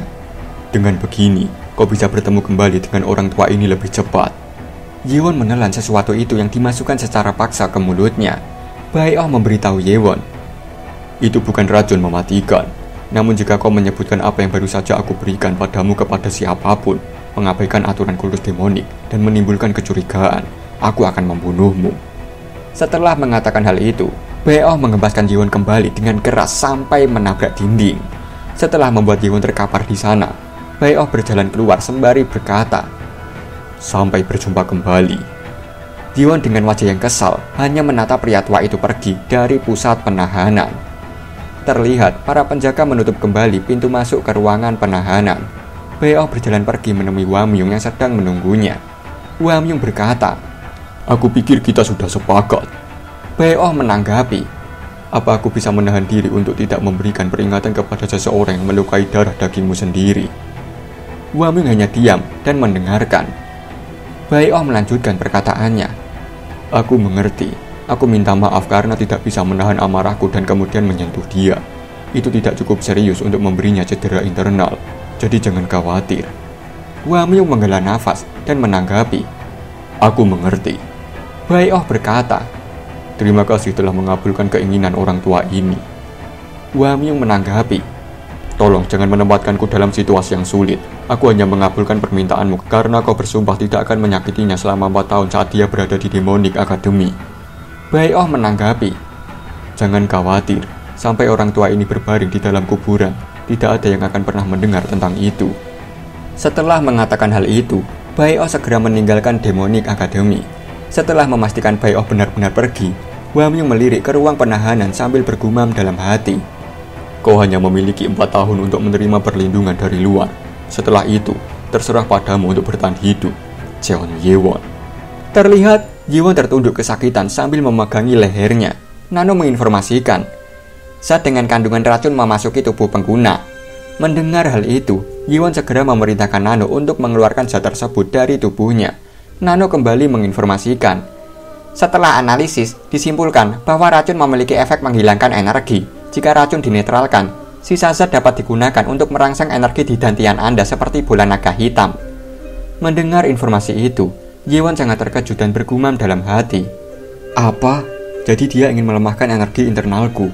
Dengan begitu, setelah aku dikeluarkan dari Demonic Academy karena aku gagal dalam tes ketiga, dia bisa membunuhku. Tapi sayang sekali, semuanya akan berjalan sesuai rencanamu jika aku tidak memiliki Nano di tubuhku. Setelah memikirkan hal itu, Yewon memerintahkan Nano untuk hanya mengeluarkan racunnya saja. Dimengerti, racun akan dikeluarkan dari tubuh, jawab Nano. Cairan berwarna hitam mulai keluar dari tubuhnya. Yewon pun segera menutupi hidungnya sambil berkata, tidak banyak sih, tapi ambune bosok. Nano menginformasikan, zat yang tersisa bereaksi positif dengan energi yang mengalir melalui 14 titik meridian di tubuh Anda, merangsang dantian. Setelah menerima informasi tersebut, Yewon bergumam dalam hati, jadi ini memiliki efek yang mirip dengan bola naga hitam. Jika begitu, mari coba meditasi Ki menggunakan teknik Thousand Martial Breathing. Jika aku benar, ini adalah berkah tersembunyi yang luar biasa. Sesaat setelah Yewon bermeditasi, Nano segera membantu mempercepat metabolismenya. Terlihat, Yewon yang bermeditasi mulai mengeluarkan energi yang meluap-luap dari tubuhnya. Perlahan, Yewon membuka matanya. Mengetahui energi internalnya bertambah, ia sangat kegirangan dan berkata dalam hati, aku tidak percaya. Energi internalku baru saja meningkat dari 60 tahun menjadi 90 tahun. Tongkat iblis misterius Bae-oh tidak memberiku hadiah kecil. Dia memberiku sesuatu yang sangat berharga. Yewon mengusap keringatnya dengan bajunya dan melanjutkan perkataannya. Aku tidak percaya Poison Clan bertindak begitu berani. Aku akan benar-benar dalam masalah jika aku tidak memiliki Nano. Ini semua adalah hasil dari kecerobohanku. Aku beruntung kali ini. Aku bersumpah, aku tidak akan pernah berpikiran pendek lagi. Setelah mengatakan hal itu, Yewon melihat bajunya dan berkata, sial, aku tidak bisa memakai baju ini lagi. Mak Sriwing. Ketika Yewon sedang terdiam, tiba-tiba ia merasakan angin yang berembus mengelus kulitnya. Yewon langsung menengok ke arah asal hembusan angin itu sembari bergumam, apa itu? Ada angin kencang yang dingin. Ketika ia menengok ke belakang, ia terkejut melihat dinding yang retak. Seketika, ia teringat sesuatu dan berkata, "Sekarang kalau kupikir lagi, benturan tadi terasa aneh. Dindingnya tidak sekeras yang kukira, seolah bagian dalamnya kosong." Yewon langsung menghampiri dinding yang retak itu, lalu mengetuknya dengan tangannya. Dan benar saja, dinding itu hancur dengan ketukan pelan. Melihat hal itu, Yewon bergumam penuh penasaran. Itu hancur dengan hanya beberapa ketukan ringan. Dengan sedikit menggali, aku bisa melewatinya. Setelah merasa cukup melubangi dinding itu hingga bisa dilewati tubuhnya, Yewon segera merangkak masuk. Saat berada di dalamnya, ia sangat terkejut menemukan sebuah terowongan. Dalam hati, ia bergumam, "Kupikir aku akan menemukan gua yang lebih besar, tapi itu terhubung ke terowongan." Yewon segera memerintahkan Nano untuk mengaktifkan mode penglihatan malam. Ia menyusuri terowongan itu sembari bergumam, "Apa mereka sengaja memblokirnya? Jika itu masalahnya, mungkin ada sesuatu yang tersembunyi di sini." Nano menginformasikan, "Cahaya redup telah terdeteksi di dalam terowongan." Mendengar informasi itu, Yewon bertanya-tanya, "Cahaya? Mungkin ada beberapa batu bercahaya." Yewon berjalan mendekati cahaya yang ada di ujung terowongan. Sesampainya di sana, ia menyadari bahwa tempat itu memang bercahaya, lalu menyuruh Nano untuk mematikan mode penglihatan malam. Yewon memasuki area bercahaya itu, dan betapa terkejutnya ia ketika menemukan sebuah ruangan misterius. "Tempat apa ini?" gumamnya. Yewon segera melompat masuk ke dalam ruangan misterius. Melihat sekelilingnya, ia bergumam, "Aku tidak percaya tempat seperti ini tersembunyi di dalam pusat penahanan." Ia melihat sebuah pintu yang tertutup rapat oleh batu, lalu bergumam, "Itu mungkin jalan keluar, tapi melihat bagaimana itu diblokir, tempat ini pasti tidak digunakan lagi." Saat melihat sekeliling, Yewon menemukan sebuah tanda di lantai. Ia mengeceknya sembari bergumam, "Tanda apa ini? Ada lebih dari satu. Tanda ini tampak seperti sesuatu yang mirip dengan monoloid yang diseret." "Tunggu, monoloid? Tidak mungkin." Menyadari hal itu, Yewon segera memerintahkan Nano, "Nano, aktifkan augmented reality. Tampilkan mode 3D dari batu safir monoloid yang ada di lantai pertama perpustakaan." Nano segera mengaktifkan augmented reality dalam penglihatan Yewon dan membuat ulang model 3D dari monolit safir yang dipindai dari lantai 1. Yewon bertanya ke Nano, "Nano, kau bisa melihat tanda di lantai ruangan kosong ini kan? Apa mungkin untuk menganalisis apakah salah satu tanda di sini milik monolit ini?" Nano menjawab, "Saya akan memeriksa ulang monolit dengan tanda di lantai." Nano mulai mencocokkan satu persatu tanda di lantai dengan monolit yang dipindai di perpustakaan lantai 1. Nano menginformasikan ke Yewon, "Setelah pemeriksaan silang, lokasi ini tampaknya merupakan situs asli dari monoloid lantai 1. Seperti yang aku pikirkan, itu sangat cocok," gumam Yewon. Mengetahui hal itu, ia segera memerintahkan Nano kembali untuk membuat ulang dan memeriksa silang monoloid di lantai 2. Nano menjawab, "Dimengerti, area di sana tampaknya merupakan situs asli dari monoloid lantai 2. Mendapatkan informasi yang tidak terduga, Yewon tersenyum puas dan bergumam dalam hati, "Ini benar-benar tempat di mana batu safir monoloid dulunya berada." Yewon menyusuri ruangan tersebut dan melanjutkan, "Tapi kenapa mereka memisahkannya berdasarkan lantai saat dipindahkan daripada menyimpannya di satu tempat? Dan pilar batu apa ini?" Saat mengamati pilar itu, Yewon dikejutkan oleh tulisan yang diukir pada permukaannya. Ia terperangah sembari berkata, "Heavenly Demonic Sword Art." Narator berkata, "Ada satu seni bela diri yang langsung terlintas di benak semua orang ketika mereka memikirkan lore dari kultus Heavenly Demonic. Dianggap sebagai seni bela diri terhebat dan terkuat dari kultus demonic. Itu adalah Heavenly Demonic God Art. Setiap anggota kultus demonic mengetahui keagungan Heavenly Demonic God Art. Saking dihormatinya, bahkan mereka yang berada di luar kultus demonic menyebutnya sebagai salah satu dari 3 Great God Arts." Yewon yang kurang pengetahuan tentang seni bela diri bertanya-tanya, "Tapi apa sebenarnya Heavenly Demonic Sword Art? Apa itu teknik pernafasan? Bukan, apa itu teknik pedang? Kenapa aku tidak pernah mendengarnya sebelumnya?" Penjaga Jang memberitahuku bahwa seni pedang terkuat yang dipelajari oleh Lord adalah teknik Heavenly Demonic Sword. Apa itu mungkin teknik pedang absolut yang ada di monolit safir? Setelah memeriksa hal itu, Yewon segera memerintahkan Nano untuk memeriksa tulisan tangan leluhur yang tertulis di pilar batu itu. Nano menginformasikan, "Analisis saya menyatakan bahwa itu adalah tulisan tangan yang identik." Jiwon jadi teringat perkataan penjaga perpustakaan. Bukankah itu sangat disayangkan? Dulu ada desas-desus bahwa leluhur Heavenly Demonic meninggalkan teknik pedang pencerahannya di sini. Mengingat hal itu, Jiwon tersenyum dan bergumam. Jadi nama sebenarnya dari teknik pedang absolut yang lahir dari pencerahan terakhir leluhur Heavenly Demon adalah Heavenly Demonic Sword Art. Dan lubang ini itu dalam bentuk naga yang sedang naik ke langit. Jiwon mulai berpikir keras. Aku ingin tahu apa itu, apa yang ingin dikatakannya, apa itu ada hubungannya dengan jumlah lubang lagi. 1, 2, 3, jadi ada 24 lubang. Heavenly Demonic Sword Art memiliki total 24 gerakan. Aku tidak bisa menemukan keterkaitan lain yang masuk akal. Pasti ada sesuatu. Kenapa membuat lubang berbentuk naga yang sedang naik? Naga yang sedang naik? Setelah memikirkan hal itu, Jiwon menyadari sesuatu dan mendongak ke langit-langit yang memperlihatkan cahaya begitu terang. Namun cahaya itu sangat terang dan menyilaukan matanya. Melihat hal itu, ia bergumam. Menyembunyikan rahasia dengan cahaya, bukan dengan kegelapan. Sungguh sebuah pembalikan yang tak terduga. Tak ada satupun yang ditinggalkan oleh leluhur yang mudah untuk didapatkan. Karena cahayanya terlalu terang, Jiwon tidak bisa melihat sesuatu yang tersembunyi di baliknya. Ia bertanya kepada Nano. Nano, kau bisa mengatur persepsi cahaya di mataku? Nano menjawab, saya akan mengaktifkan mode penglihatan anti cahaya.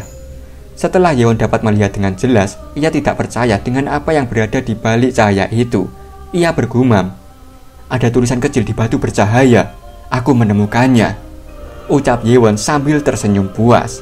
Jiwon segera memerintahkan Nano untuk memindai semua tulisan di batu bercahaya itu. Setelah Nano selesai melakukan pemindaian, Jiwon memerintahkan Nano untuk membuat ulang model 3D dari batu-batu itu sehingga ia bisa melihatnya dari dekat. Nano segera melaksanakan perintah Jiwon, menciptakan model 3D augmented reality dari batu bercahaya yang dipindai. Setelah membuat ulang model 3D batu-batu itu, Jiwon memerintahkan Nano untuk menyusun batu-batu itu menurut relevansinya dengan seni bela diri. Setelah menyusun batu-batu itu, Nano menginformasikan, saya telah menemukan tulisan dan gambar untuk teknik pernafasan pada 24 batu. Jiwon yang melihat susunan batu itu langsung terperangah takjub. Jiwon tersenyum lebar sembari bergumam dalam hati. Jadi inilah yang dimaksud dengan lubang di pilar batu. Jiwon memerintahkan Nano untuk menyingkirkan batu selain ke-24 batu yang sudah tersusun. Nano pun segera melakukan perintah sesuai yang Jiwon katakan. Jiwon mengamati tulisan yang terukir pada batu, lalu bergumam. Teks ini untuk teknik pernapasan. Namun dikatakan bahwa seseorang harus mengalirkan energi internal melalui titik-titik tekanan darah tertentu sambil bergerak dengan cara tertentu. Gerakan ini identik dengan gerakan teknik pedang dari monolit safir. Mungkinkah?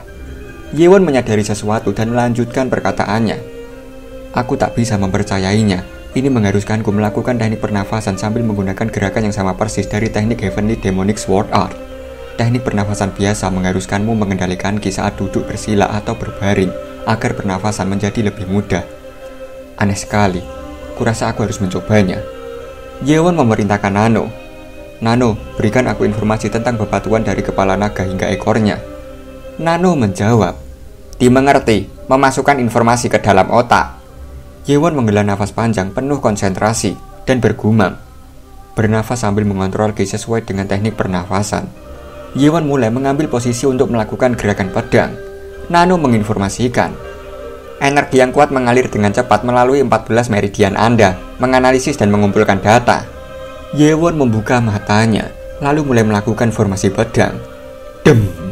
Setiap pijakan kakinya begitu kuat dan mantap, lalu ia bergerak dengan cepat menebas udara. Di saat para penjaga ongap-angop, Jiwon yang berada di ruangan rahasia terus menguji kekuatan yang baru saja ia temukan. Jiwon berhenti sejenak, menghela nafas panjang, lalu bertanya ke Nano. Nano, sudah berapa lama aku melakukan ini? Nano menjawab, Anda sudah bergerak selama 2 jam. Jiwon sangat terkejut. Apa? 2 jam? Merasakan energi yang mengalir kuat dalam tubuhnya, Jiwon bergumam dalam hati. Aku sudah bergerak selama 2 jam, namun daripada merasa lelah, aku justru merasa lebih segar. Rasanya, kiku mengalir lebih cepat semakin aku mengulangi gerakanku. Nano menginformasikan, sirkulasi energi memang menjadi lebih cepat. Jiwon menanggapi, benarkah? Haruskah aku mencoba menggunakan kiku sekarang? Jiwon berkonsentrasi, dan mulai mengalirkan kinya dari ujung kaki sampai ujung kepala. Dalam sekejap, kinya menggelegar, terpancar keluar dari tubuhnya. Ini benar-benar lebih cepat, gumam Yewon yang terkejut. Yewon bergumam takjub ketika melihat tangannya bisa mengeluarkan blade ki. Ia kembali bergumam dalam hati. Dengan aliran ki yang lebih cepat, sekarang aku juga bisa melepaskan kiku dengan lebih bebas, bahkan tidak bisa dibandingkan dengan 1000 teknik pernafasan bela diri. Jadi, seperti inilah teknik pernafasan absolut yang sebenarnya. Yewon mengamati pilar batu dan melanjutkan gumamannya.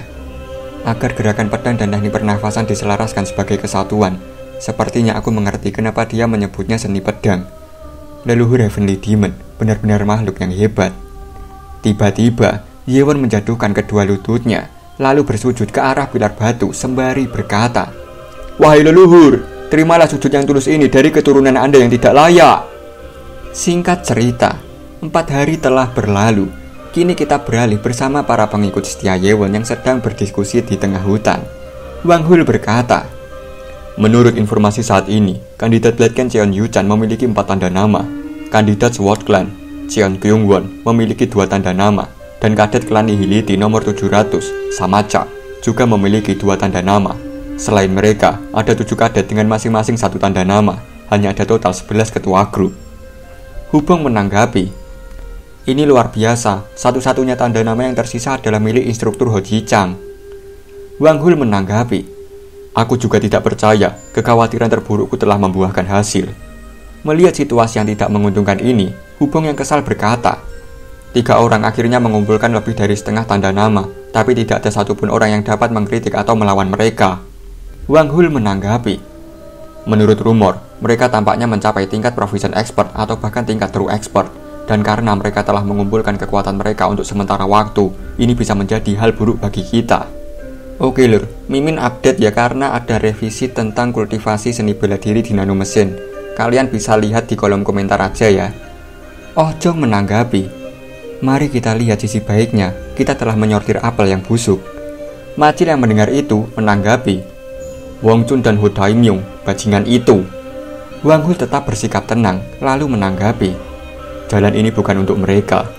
Hubong menanggapi, "Mereka bertingkah aneh begitu mereka mendengar kalau Tuan menghancurkan Dantian Cheon Jongsum." Ingatan ketika Wong Chun dan Ho Daimyung meninggalkan grup terlintas dalam pikiran Hubong. Teringat hal itu, Hubong merasa kecewa dan berkata, "Mereka meninggalkan grup tanpa ragu-ragu segera setelah hukuman Tuan diputuskan. Mereka sangat oportunis. Apa mereka akan baik-baik saja di grup lain?" Sesaat Hubong mengatakan hal itu, tiba-tiba suasana menjadi hening. Orang-orang dalam satu grup tampak murung dan putus asa. Hubong yang melihat suasana di sekitarnya tampak suram, berusaha membangkitkan semangat mereka kembali. Sudah, jangan terlalu murung begitu." Dengan senyum canggungnya, Hubong menunjuk Baekgi dengan bangga dan berkata, "Kita mungkin kehilangan 2 orang, tapi kita punya Baekgi dan dia sebaik 100 orang." Melihat sikap Hubong, Baekgi menanggapi, "Hei, jangan berusaha menaikkan tititku terlalu keras." Wang Hul menanggapi, "Tidak, itu benar. Baekgi, jika bukan karena dirimu, baik kami maupun Tuan akan mendapat masalah yang lebih besar." Oh Jong menanggapi, "Benar sekali, jika kau tidak mengalahkan instruktur 4 hari yang lalu dan mendapatkan tanda nama, kita semua akan berpisah. Kami sangat berterima kasih." Womin yang mendengar itu mengangguk-ngangguk, membenarkan perkataan Oh Jong. Baekgi menanggapi, "Aku punya hutang untuk membayar kadet 7, jadi aku hanya ingin membantu. Meskipun aku tidak yakin dia akan menerimaku." Wang Hul menanggapi, "Jika Tuan tidak menyukaimu, dia tidak akan membantumu." "Itu benar," jawab Baekgi. Setelah memperbaiki suasana hati mereka, akhirnya mereka memutuskan untuk berlatih Seven Demon Sword sampai waktu makan malam tiba, dan menunggu tuan mereka keluar dari pusat penahanan esok hari. Kini kita beralih ke rumah makan Demonic Academy, di mana saatnya makan malam. Terlihat Baekgi yang memisahkan diri, tidak ikut makan bersama. Wang Hul yang melihat Baekgi pergi begitu saja bertanya, "Apa kau melewatkan makan malam?" Baekgi menanggapi, "Aku biasanya melewatkan makan siang dan hanya makan malam, tapi akhirnya aku makan siang karena kalian."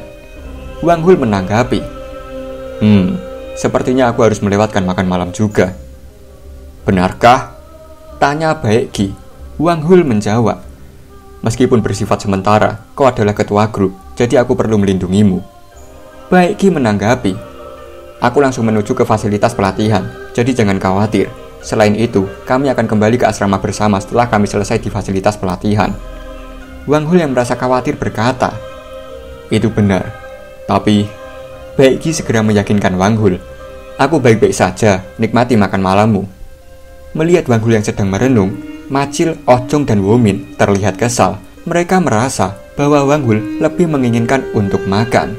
Melihat Wang Hul merenung terlalu lama, Oh Jong langsung berkata, "Hubong dan aku akan pergi, jadi pergilah makan." Wang Hul langsung tersenyum lebar dan berkata penuh semangat, "Benarkah kau akan melakukannya untukku?" Hubong hanya terkejut dan bingung mengetahui Oh Jong tiba-tiba mengajaknya. Singkat cerita, Oh Jong dan Hubong menyusul Baekgi. Baekgi yang melihat mereka datang bertanya, "Kalian tidak makan malam?" Oh Jong menjawab, "Melewatkan makan malam tidak akan membunuh kita. Kami datang karena kau adalah ketua grup sementara. Kami tidak bisa membiarkanmu dikalahkan di suatu tempat, kan?" Terlihat Hubong yang masih kesal karena harus melewatkan makan malam. Di sisi lain, Baekgi yang melihat mereka berdua mengikutinya hanya tersenyum dan menghela nafas lega, lalu berkata, "Kalian benar-benar khawatir. Kadet 7 bahkan tidak akan bisa makan dengan tenang setelah dia keluar." Kini kita beralih ke depan fasilitas pelatihan individu. Sesampainya di depan fasilitas pelatihan, Baekgi berkata, "Kalian tidak perlu mengikutiku lagi karena aku menggunakan fasilitas pelatihan expert." Oh Jong menanggapi, "Ya, kau tidak pernah tahu apa yang akan terjadi." Baekgi menanggapi, "Kita hampir sampai, jadi..." Namun, sebelum ia menyelesaikan perkataannya, Baekgi tiba-tiba merasakan kehadiran begitu banyak orang. Seketika, ia mengambil posisi bersiaga. Oh Jong dan Hubong yang tidak bisa merasakan kehadiran seseorang tampak kebingungan melihat reaksi Baekgi. Tak lama kemudian, terdengar suara langkah kaki yang bergerak cepat mendekati mereka. Saat sosok-sosok itu muncul dan mengepung mereka dari berbagai arah, Oh Jong dan Hubong sontak panik. Begitu juga dengan Baekgi. Kini mereka bertiga dikepung oleh puluhan orang dari segala sisi. Dalam hati, Baekgi bertanya-tanya. Melihat bagaimana mereka membawa pedang kayu, mereka mungkin sedang menunggu kita. Namun, Baekgi dibuat terkejut oleh orang yang memimpin mereka. Orang itu adalah Ha Ilming. "Kalian!" seru Baekgi yang melihat mantan rekan grupnya kini menyergapnya. Mantan rekan Baekgi menyapa mantan ketuanya. "Kau terlihat sehat, ketua. Apa kau senang setelah meninggalkan anggota grup aslimu?" Baekgi yang melihat hal itu hanya mengerutkan dahinya penuh kekesalan. Oh Jong bertanya pada Ha Ilming, "Kau kesini untuk apa?" Ha Ilming menyeringai dan menjawab, "Hehehe, apa kau benar-benar tidak mengerti apa yang terjadi? Berikan padaku tanda nama kuning." Baekgi menjawab, "Kau pikir aku akan melakukan apa yang kau minta?" Ha Ilming menanggapi, "Jika kau tidak melakukannya, kau mungkin akan terluka." Setelah mengatakan hal itu, tiba-tiba Ha Ilming menyeringai. Tatapannya penuh kebencian saat ia berkata, "Oh, itu benar, karena kau adalah pesuruh dari Kadet 7 yang menyedihkan itu. Bahkan jika kau menyerahkannya, aku tidak akan membiarkan kalian pergi dengan mudah." "Apa? Pesuruh? Dasar bajingan!" teriak Oh Jong penuh kesal. Baekgi mulai berpikir keras. Apa yang harus aku lakukan? Aku mungkin inep expert, tapi itu tidak cukup untuk melawan 30 kadet tingkat advance. Dan si Ha Ilming, dia sepertinya memiliki kekuatan yang mirip denganku. Melalui telepati, Baekgi berkata kepada Oh Jong, "Oh Jong, aku akan memberikan tanda nama itu padamu, jadi pergi dari sini dengan Hubong." Oh Jong bertanya, "Apa? Bagaimana denganmu?"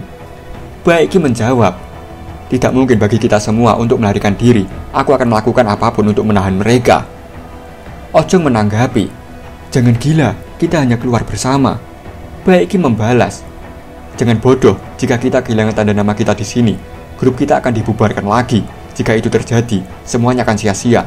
Bahkan jika itu Kadet 7, dia tidak akan bisa mengambil tanda nama dari instruktur Ho Ji Chang." Melihat tingkah Baekgi, Ha Ilming bergumam dalam hati, "Mereka pasti bersiasat dengan telepati suara. Kau pikir aku hanya akan melihat itu terjadi?" Ha Ilming mengangkat tangannya, lalu memberikan instruksi kepada para kadet untuk menyerang serentak. Melihat situasi semakin kacau, Baekgi segera melepaskan tanda nama kuningnya dan memberikannya kepada Hubong. "Kenapa aku?" teriak Hubong yang kebingungan. Baekgi segera maju menghadang mantan rekan grupnya sembari bergumam, "Aku minta maaf jika kalian marah kepadaku karena telah meninggalkan kalian sebagai ketua grup. Namun, itu tidak berarti aku bisa memaafkan perilaku buruk seperti itu. Dengan bela diri kakinya, Baekgi mematahkan pedang kayu yang menghunusnya, lalu menjatuhkan beberapa kades sekaligus. Namun, gelombang serangan masih terus berlanjut tanpa henti. Di sisi lain, Baekgi juga terus bergerak ke sana kemari, menendang para kadet yang berani mencoba maju. Melihat kemampuan Baekgi, Hailming menyeringai sembari bergumam. Aku mengerti, Ginya masih lemah.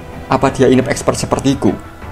Setelah menjatuhkan beberapa kadet, Baekgi menjaga jarak, lalu berteriak kepada Ojong dan Hubong. Sekarang kesempatanmu, lari! Mendengar perintah itu, Ojong dan Hubong segera melarikan diri. Tapi saat Hubong sedang berlari, tiba-tiba ikat kepalanya terlepas. Para kadet langsung berteriak. Dapatkan dia, si botak itu memiliki tanda nama. Bajingan, siapa yang kau sebut botak? Teriak Hubong penuh kesal sambil menengok ke belakang. Tutup mulutmu dan lari! Teriak Baekgi yang kesal melihat Hubong mengulek kayak entut. Hubong dan Ojong terus berlari menjauh.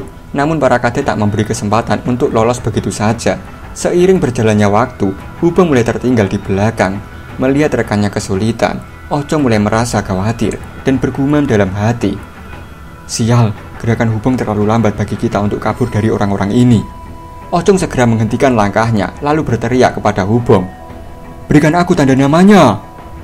Hubong yang berlari sekuat tenaga mengulurkan tangannya dan menyerahkan tanda nama itu ke Ojong. Setelah menerima tanda nama, Ojong berkata, Hubong, tetap berlari apapun yang terjadi. Aku tahu, jawab Hubong. Terlihat, Ojong berlari lurus mengikuti jalan, sedangkan Hubong berbelok menuruni tangga. Hubong yang berlari sekuat tenaga bergumam dalam hati. Jika aku tertangkap, mereka akan melumatku. Entah bagaimana aku harus pergi ke rumah makan dan memberitahu Wanghul tentang situasinya. Ayolah Hubong, gunakan semua yang kau punya. Aku bisa melihatnya.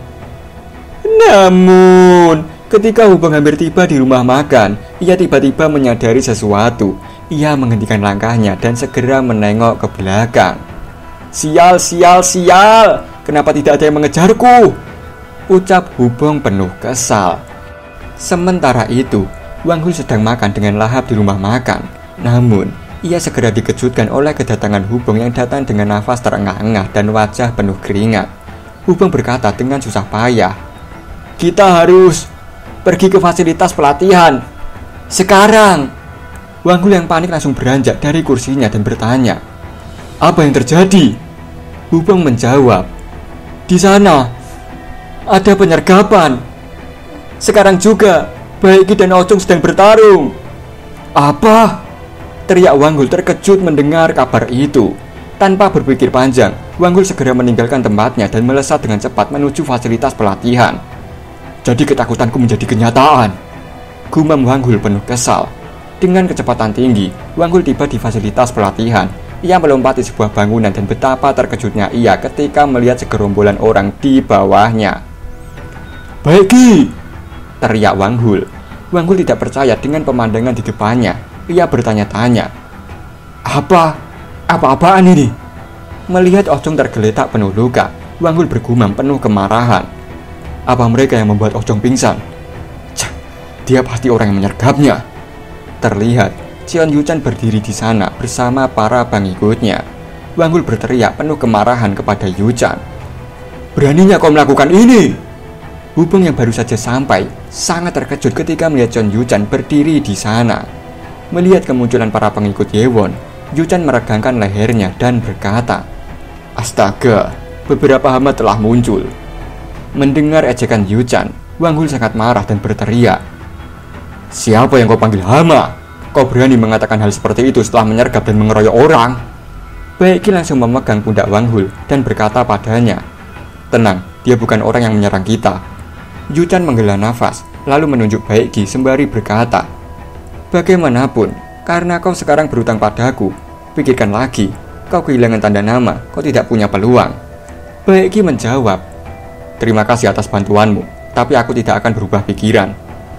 Yuchan menanggapi, Pikirkan saja, lagi pula kau punya banyak waktu.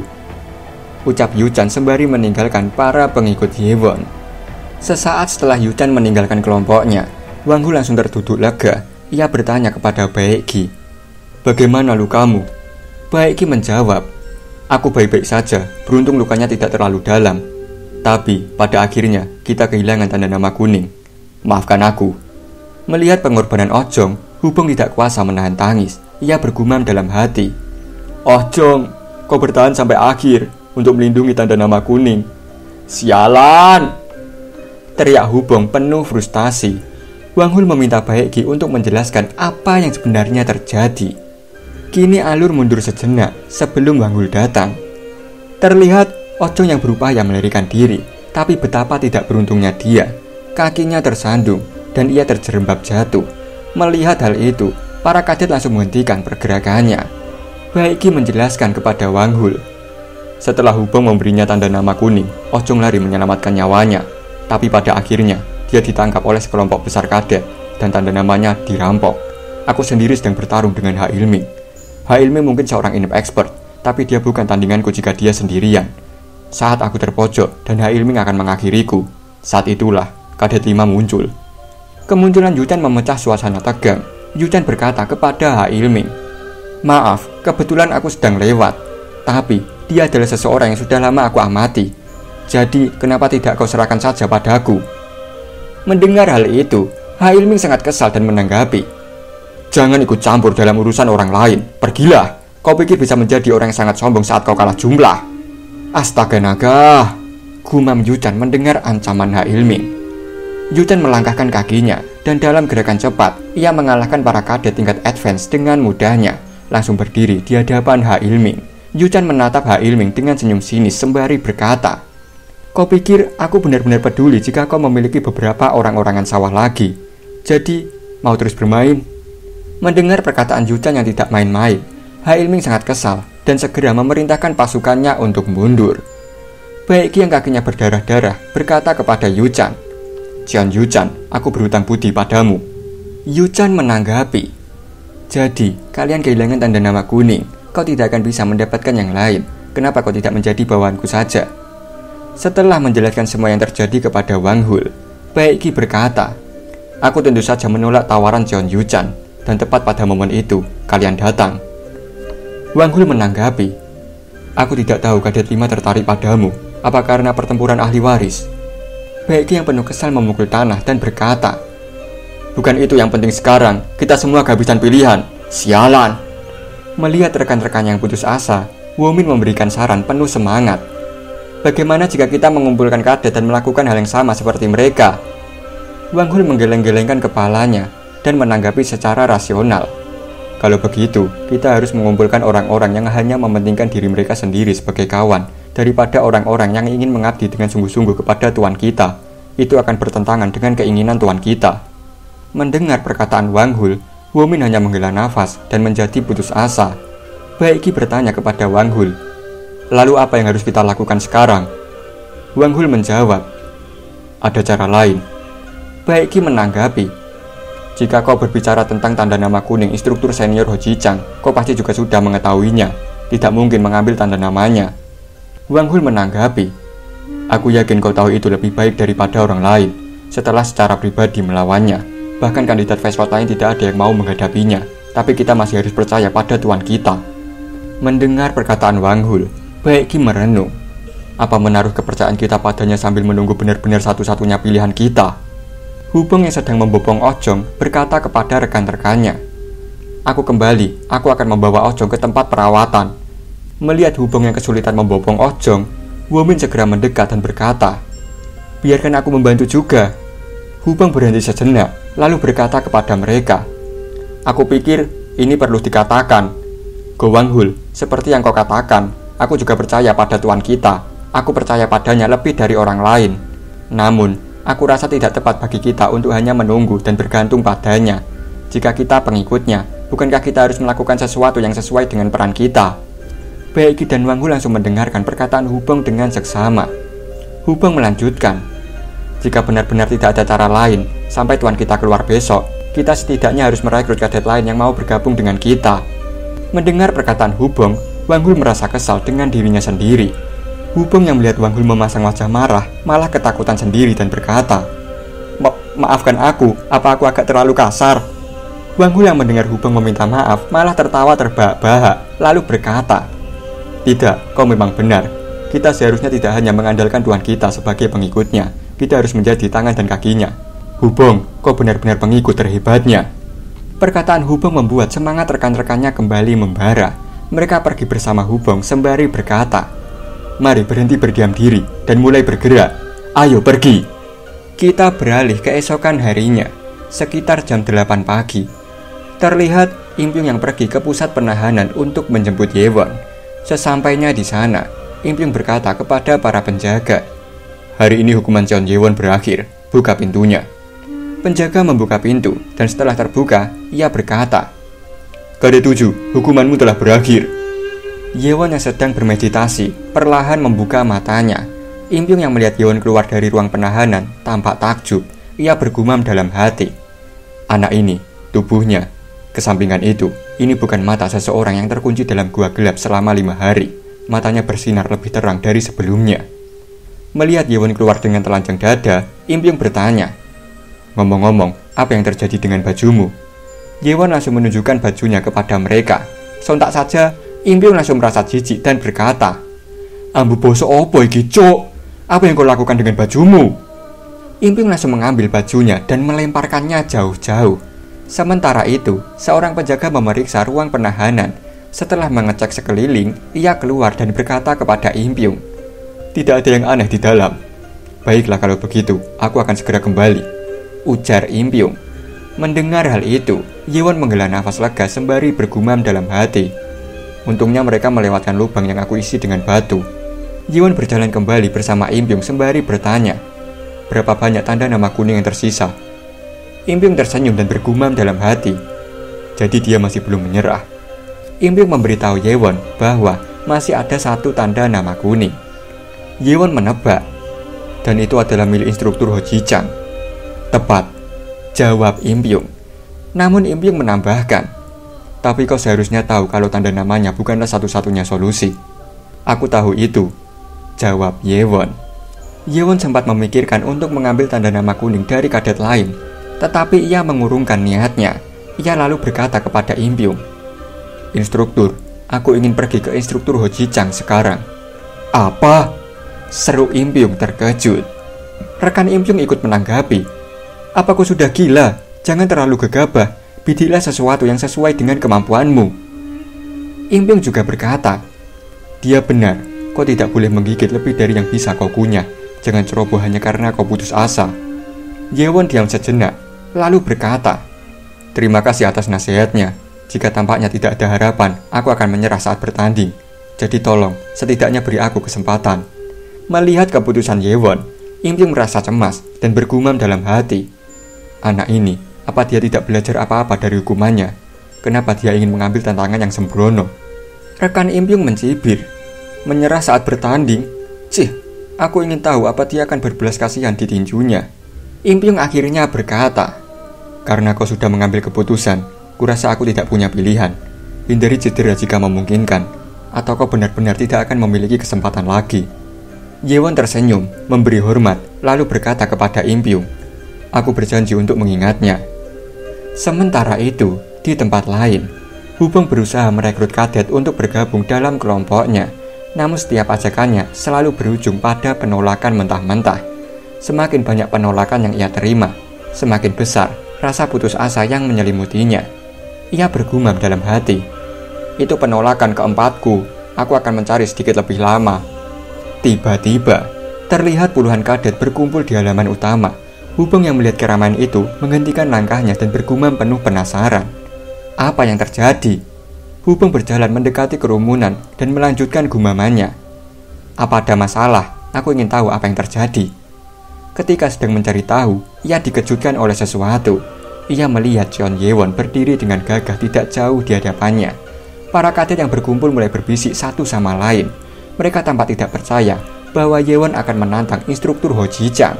Mereka menganggap Yewon yang baru saja keluar dari pusat penahanan sudah kehilangan akal. Terlihat Ji-chang keluar dari bangunan utama dan melihat Yewon yang sedang menunggunya. Dalam hati, Ji-chang bergumam penuh semangat, "Kadet 7, salah satu kandidat bertanding teratasku datang ke sini sendiri." Melihat Ji-chang mendekatinya, Yewon segera memberi hormat dan berkata, Saya Kadet 7, Cheon Yewon, memberi salam kepada instruktur. Ji-chang menerima hormatnya dan berkata, "Sudah lama tidak bertemu. Kerja bagus bertahan selama 5 hari di pusat penahanan." Lalu Ji-chang bertanya kepada Yewon, "Apa kau ingin bertarung menggunakan pedang kayu atau kau lebih suka bertarung dengan tangan kosong?" Yewon menjawab, "Saya ingin bertarung dengan tangan kosong." "Baik, mari kita mulai sekarang juga," jawab Ji-chang. Para kadet yang melihat Yewon menantang Ji-chang langsung bersorak. Di saat semua orang bersorak penuh semangat, Hubong justru sangat khawatir melihat tuannya menantang Ho Ji-chang. Ji-chang mulai memasang kuda-kuda dan mengeluarkan aura yang berceceran. Para kadet yang merasakan aura Ji-chang sampai merinding dan bermandikan keringat. Mereka yakin Yewon tidak akan bisa mengalahkannya, mengingat bahkan kadet 5, Cheon Yu-chan, menyerah melawannya. Yewon bergumam dalam hati, "Aku kehilangan banyak kesempatan karena hukumanku. Untuk mendapatkan dukungan dari para kadet, aku perlu membalikan keadaan. Dalam kultus demonik, di mana kekuatan adalah segalanya, ini adalah strategi yang paling efektif. Aku hanya perlu membuktikan kemampuanku." Ji-chang yang sudah siap bertarung berkata kepada Yewon, "Sekarang datanglah nak, aku akan membiarkanmu melakukan serangan pertama." Yewon memberi hormat dan menanggapi, "Saya ingin belajar dari Anda." Mereka saling menatap satu sama lain. Yewon menarik nafas panjang, lalu melesat dengan cepat dan mendaratkan serangan pertamanya. Ji-chang sangat terkejut dan bergumam, "Dia cepat, namun aku sudah menganalisis sepenuhnya blade teknikmu." Ji-chang menghunuskan blade ki-nya ke arah Yewon, tapi Yewon dengan sigap memunculkan blade ki di tangan kanannya, lalu menangkis serangan Ji-chang. Serangan Ji-chang langsung terpental mundur. Ji-chang yang melihat teknik Yewon menganga keheranan dan bertanya-tanya, "Apa? Dia menggunakan sword teknik, bukan blade teknik?" Ji-chang dengan cepat menstabilkan kuda-kudanya, dan mereka berdua mulai saling beradu serangan. Ji-chang yang melihat kemampuan Yewon malah kegirangan dan bergumam, "Dia membatalkan sword teknik kelima, langkah demi langkah. Dia bukan hanya sekedar cepat dalam bereaksi." Dengan tempo gerakannya saat ini, Yewon merasa dirinya memiliki kesempatan. Namun, ketika Yewon merasa memiliki sedikit kesempatan, Ji-chang berkata, "Jika kau dapat melakukan sword teknik pada tingkat ini, aku yakin kau tidak akan keberatan jika aku sedikit meningkatkan kesulitannya." Yewon sangat terkejut melihat kuda-kuda Ji-chang, dan Ji-chang segera melancarkan serangannya. "Seven Demon Sword for teknik simultaneous release." Para kadet sangat terkejut melihat teknik Seven Demon Sword milik Ji-chang, karena ia melakukan 4 formasi secara bersamaan dan menciptakan berbagai kombinasi. Mereka mengatakan bahwa itu adalah Seven Demon Sword dari seorang master bela diri. Melihat teknik Ji-chang, Yewon bukannya mundur, tapi malah menerjang. "Heavenly Demonic Sword Up." Para kadet kembali dibuat terkejut dan bertanya-tanya dengan teknik yang digunakan Yewon. Terlihat mereka berdua saling jual beli serangan, tanpa ada yang sedikit pun mengendorkan tekanan. Menyadari sword teknik yang digunakan Yewon, Ji-chang bergumam penuh terkejut, sword teknik ini, itu bukan sesuatu yang bisa aku blokir. Aku perlu mempersiapkan ki pertahananku." Yewon berhasil mendaratkan serangannya pada Ji-chang, atau lebih tepatnya, Yewon telah menebas Ji-chang dengan sword tekniknya. Para kadet yang melihat hal itu hanya bisa menganga tanpa berkata-kata. Namun terlihat, Ji-chang mendarat dengan sempurna meskipun terkena serangan, seolah tebasan itu tidak cukup untuk menjatuhkannya. Ternyata, Ji-chang telah melapisi tubuhnya lebih cepat dengan ki, meminimalisir luka yang seharusnya fatal. Setelah membatalkan Seven Demon Sword dengan Heavenly Demonic Sword Up, Yewon merasa puas dan bergumam dalam hati. Itu berjalan persis seperti dalam simulasi augmented reality. Seven Demon Sword dan teknik destruktif benar-benar mirip. Ji-chang yang tertunduk di sana hanya menatap Yewon dengan bingung. Yewon segera membalikan badannya, matanya bertemu dengan sorot tajam Ji-chang. Yewon bergumam dalam hati, "Fighting spirit instruktur belum mereda, duel belum berakhir."